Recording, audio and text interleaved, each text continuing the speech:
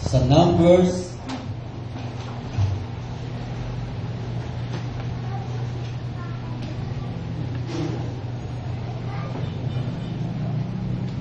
chapter 22 verse 7.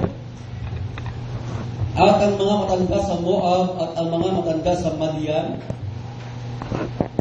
ay nagsiparaon na dala sa kanilang kamay ang mga gatimpala sa panghuhula at sila'y dumating kay Balaam at sinalita nila sa kanya ang mga salita ni Balaam.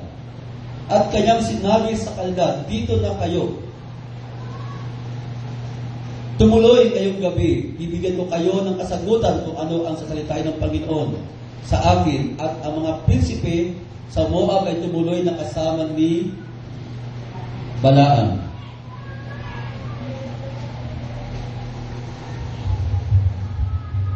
At ang Diyos ay naparoon kay Balaam at nagsabi, sino mga tao itong kasama mo?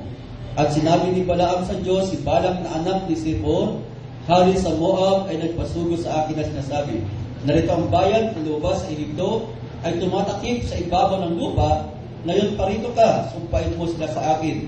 Marahil ako'y makababaka sa kanila at sila aking makapalayas. At sinabi ng Diyos kay Balaam, huwag kang paroroon kasama nila. Huwag mong susumpain ang bayan sapagkat sila'y pinagpala.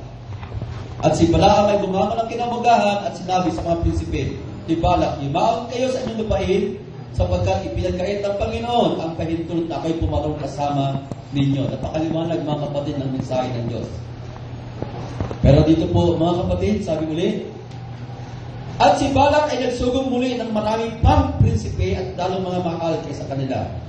At sila'y naparoon kay Balaam at nagsabi sa kanya, ganito ang sabi ni Balak na naanak ni Zippor, isinasama ko sa iyo na ang anumang bagay, huwag mong tulutan na makabala sa iyo sa pagparito mo sa akin, sapagkat ikaw ay aking papupurihan ng mga dakilang karangalan at anumang sabihin mo sa akin ay gagawin ko. Parito ka nga, isinasama ko sa iyo na sumpain mo sa akin ang bayan ito. Verse 18, at si Balaam ay sumagot at nagsabi sa mga lingkod ni Balak, kahit ibigay sa akin ni Balak ang kanyang bahay na puno ng pili at ginto, hindi ko masasalangsang ang salita ng Panginoon kung Diyos. Na ako'y gumawa ng kulang o bigit. Ngayon nga, verse 19, isinasama ko sa inyo na tumuloy din kayo rito ngayong gabi upang aking maalaman kung ano ang sasalitain ng Panginoon sa akin. At ang Diyos ay naparoon kay Balaam ng kinagabihan at nagsabi sa kanya kung ang mga taong iyan ay nagsiparito upang tawagin ka, bumangon ka, sumama ka sa kanila. Ngunit ang salita, lamang na aking sasalitain, sa iyo ay siya mong gagawin. Pagpalain po mga salita ng Panginoon, mga kapatid. Hallelujah. Tayo po ay palayang paupo at sikapin po natin mga kapatid na ang mga salita ng Diyos ay atin pong nabigyan doon ng pansin sapagkat ang salita ng Diyos at ibinasa ay eternal, nagpala ng Diyos at ito ay pumuhubog sa ating mga pagkataong loob, mga kapatid. So mga kapatid, ating muling pag-uusapan sa ilang bahagi ang paksa na permissive will of God. Permissive will of God. Ang permissive will, mga kapatid, ay hindi ito perfect will.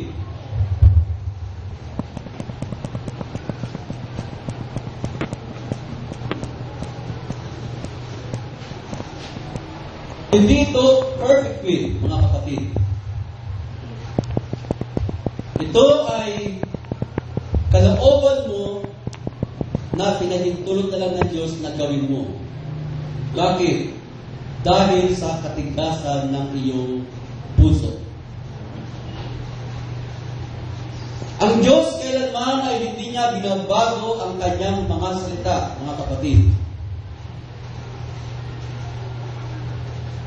Hindi niya binabago ang kanyang mga salita. Kaya nga, ang salita ng Diyos ay isinulat na sa bato, mga kapatid, upang huwag mabago. Pero ganun pa man, pilit pa rin binabago ng tao ang salita ng Diyos. Amen? Humahanap sila ng ibang paraan, ng ibang remedyo. Nagbabakasakali na baka pwede ito. Mga anak ng Diyos, pag sinabing will of God, ito ay mga bagay na kalooban ng Diyos sa buhay mo na gusto niyang gawin mo para sa Kanya, mga kapatid. Amen. Nais ng Diyos na tayo lumakad sa Kanyang kalooban. Sabi man ng 1 Peter chapter 4 verse 2, that he no longer should live the rest of his time in the flesh to the last of men. Nais ng Diyos na sa mga huling panahon na ating ikinabubuhay dito sa lupa, hindi ka na nabubuhay pa sa iyong sariling kalooban. Sa iyong sariling payo, mga kapatid. Nakakalungkot ang mga anak ng Diyos kung minsan pag pinapayuhan mo, mas marunong pa sa manggagawa. Mas marunong pa sa salita na ipinapayo sa Kanya. Ano ang ginagawa ng ibang mga tao, mga kapatid? Nilalagyan nila ng pangangatwiran ang salita ng Diyos. Kaya naman, mga tao ngayon na hindi nila makita ang kalooban ng Diyos sa sakdal. Bakit? Dahil punong-puno sila ng pangangatwiran. Alam niyo ba, ang salita ng Diyos ay hindi dapat pinahaluan ng pangangatwiran? Ang katwiran po natin, mga kapatid, ay isang basahang marumi sa paningin ng ating Panginoon. Ay Isaiah 64 verse 6, sapagkat kami lahat ay naging parang marumi at ang lahat naming katwiran ay naging parang basahang marumi at nalalantang gaya ng dahon kami lahat at tinatakay kami ng aming mga kasamaan na parang hangin. So mga kapatid, mga anak ng Diyos, tiyakin natin na tayo lumalakad sa payo ng Diyos. Hindi sa ating payo, mga kapatid. Tiyakin natin na tayo lumalakad sa katwiran ng Diyos. Hindi sa ating pangangatwiran. Amen? At ang anak ng Diyos ay nagkukulang. Sa halip na aminin ng kasalanan, halagyan nila niya ng pangangatwiran. At alam niyo ba, mga kapatid, isang araw, kapagintulog ka ng Diyos, mabulag ka sa iyong pangangatwiran. Diba? May mga tao na hindi naman bingi, pero nagbibingi-bingihan, pagdating ng araw, natutuluyan silang naging bingi na. Ito yan. Meron akong alam ng tao na hindi naman bingi, pero lagi siya nagbibingi-bingihan hanggang natuluyan siyang maging bingi. Yun kasi ang gusto ng tao niyo. Alam niyo ba, mga anak ng Diyos, ang nasa ng puso natin na ibinibigay ng Panginoon. At kung gusto mo maging magiging bingi ka forever. At kung gusto mo magtamad-tamara sa paglilingkod sa Diyos, ibibigay din ng Diyos yan ang katamaran sa iyo. Hindi ba't ating tingnan, mga kapatid, sa 1 Thessalonians o 2 Thessalonians, mga kapatid, sabi ng Biblia, may mga tao na ang hinahanap nila ay masasamang aral. Anong ginawa ng Diyos? Dahil yun ang gusto nila, ibinigay sila ng Diyos sa mga ganung bagay. 2 Thessalonians chapter 2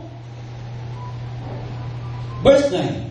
Siya na ang kanyang pagbarito ay ayon sa paggawa ni Satanas na may buong kapangyarihan at mga tanda at mga kahana-hanang kasinungalingan at may buong daya ng kalikuan sa nangapapahama sapagkat hindi nila tinanggap ang pag-ibig sa katotohanan upang sila'y makaligtas. Verse 11. At dahil dito, ipinadadala sa kanila ng Diyos ang paggawa ng kamalian upang magsipaniwala sila sa kasinungalingan. Ayaw kasi nila ng matuwid na salita ng Diyos. Ang gusto nila ay mga kasinungalingan. mga aral